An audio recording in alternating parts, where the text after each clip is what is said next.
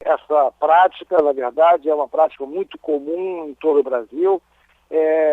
Empresas que oferecem determinados serviços, normalmente serviços de trato acessível. O que significa isso? Eu tenho que continuar, por exemplo, telefone, água, esgoto, telecomunicações de uma maneira geral, TV a cabo, enfim, esses serviços que a gente, plano de saúde, e ensino, enfim, uma gama enorme de serviços. Normalmente na área de serviços é que você contrata e é dito um determinado valor, e quando você recebe a fatura, o boleto para efetuar o pagamento, se depara que você tem que acrescentar ao valor que foi contratado uma determinada taxa, né, que é a taxa para a emissão ou, enfim, para o processamento daquela fatura. Só que isso não foi dito.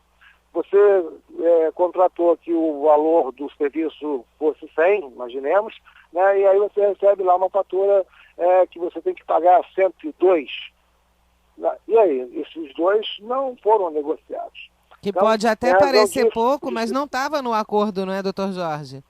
Pois é, não estava, né? Então, aí a empresa diz, mas isso aí é porque a gente tem que emitir a fatura, na verdade é o banco que cobra. Bom, quem contratou o sistema bancário, ou seja, quem viabilizou que o pagamento fosse via sistema bancário, foi aquele que está te vendendo o serviço.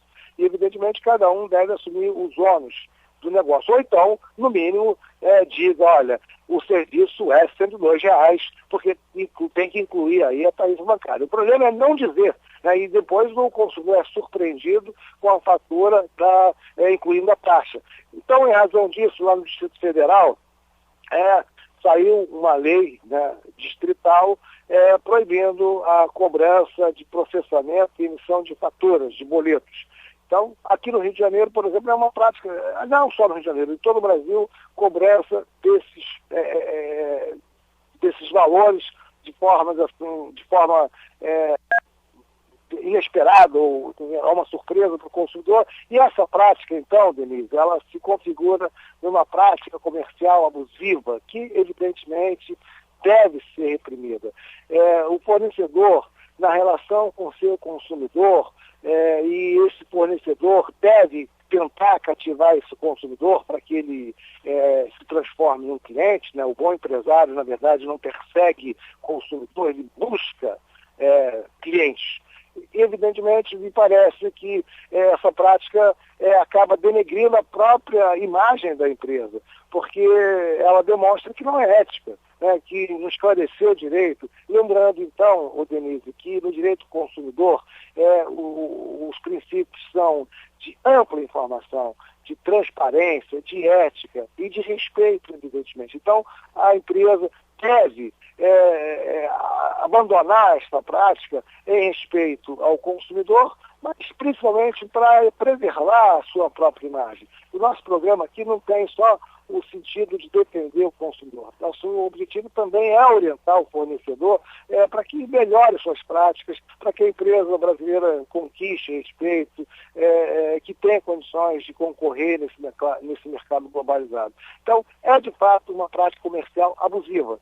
Agora, por exemplo, como fez lá no Distrito Federal, né, proibir a emissão de cobrança de boleto, ou seja, cobrar, né, para processar o boleto, será que isso vai interferir no preço? Eu particularmente penso que não. Claro que todo o preço será repassado para o custo, mas o que nós não estamos reclamando do preço, nós estamos reclamando aqui da falta ou da omissão, né, da informação, ou seja, da falta de ética na prática de envio de cobrança, incluindo a taxa bancária que não foi negociada no contrato. Então, essa é uma prática que merece ser reprimida.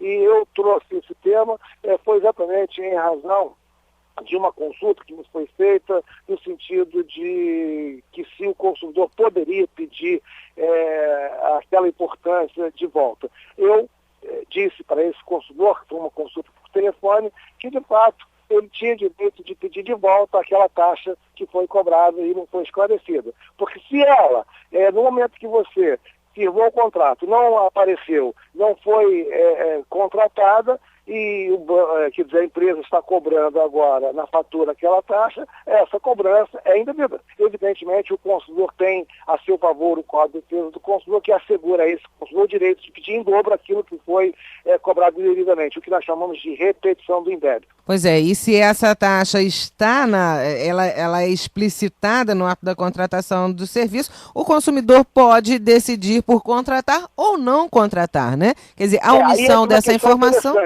Sim. Pois é. O benefício que você coloca, de fato, é muito interessante. Então, o que vem aí é a questão do direito à informação. Sempre eu estou dizendo, olha, se você, consumidor, quer comodidade, a possibilidade de pagar em qualquer banco, nós vamos emitir uma fatura e vamos cobrar R$2 para que funcione dessa forma. Mas você terá a facilidade de pagar em qualquer banco.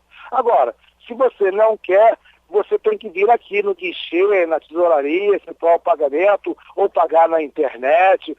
Veja bem, tem tantos outros meios de pagamento. O que é de direito do consumidor é informação. Se o consumidor quer comodidade, a empresa está dizendo, eu ofereço comodidade, mas cobro por ela, o consumidor tem o direito de optar. O problema é a empresa não diz nada e depois o consumidor recebe uma fatura incluindo a taxa de processamento bancário, o que é um absurdo. E como eu disse para você na consulta que me fizeram, eu disse, olha, você, consumidor, tem direito de pedir em dobro aquilo que foi cobrado indevidamente, uma vez que não foi esclarecido isso.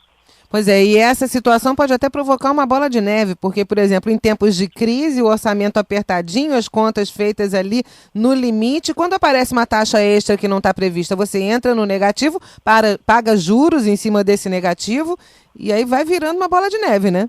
É verdade, exatamente. Então, esse é um outro abuso, porque num eventual inadimplemento do consumidor, ou seja, no não pagamento, essa taxa ela entra no bolo de juros e faz de fato acontecer isso que você colocou, a bola de neve, ou seja, a dívida do consumidor cresce muito e acaba inviabilizando o próprio pagamento e, por consequência, o nome do consumidor pode, inclusive, ser lançado num cadastro negativo, o que criaria um transtorno enorme para esse consumidor. Doutor Jorge Tardan, eu tenho certeza que os nossos ouvintes, além dessa questão, tem uma série de outras a serem perguntadas, levantadas e esclarecidas. Como é que faz para entrar em contato com o senhor? jorge@tardan.com.br. Esse é o nosso e-mail. jorge@tardan, que se escreve tardim. Com ele. Com N no final, bem lembrado. Isso.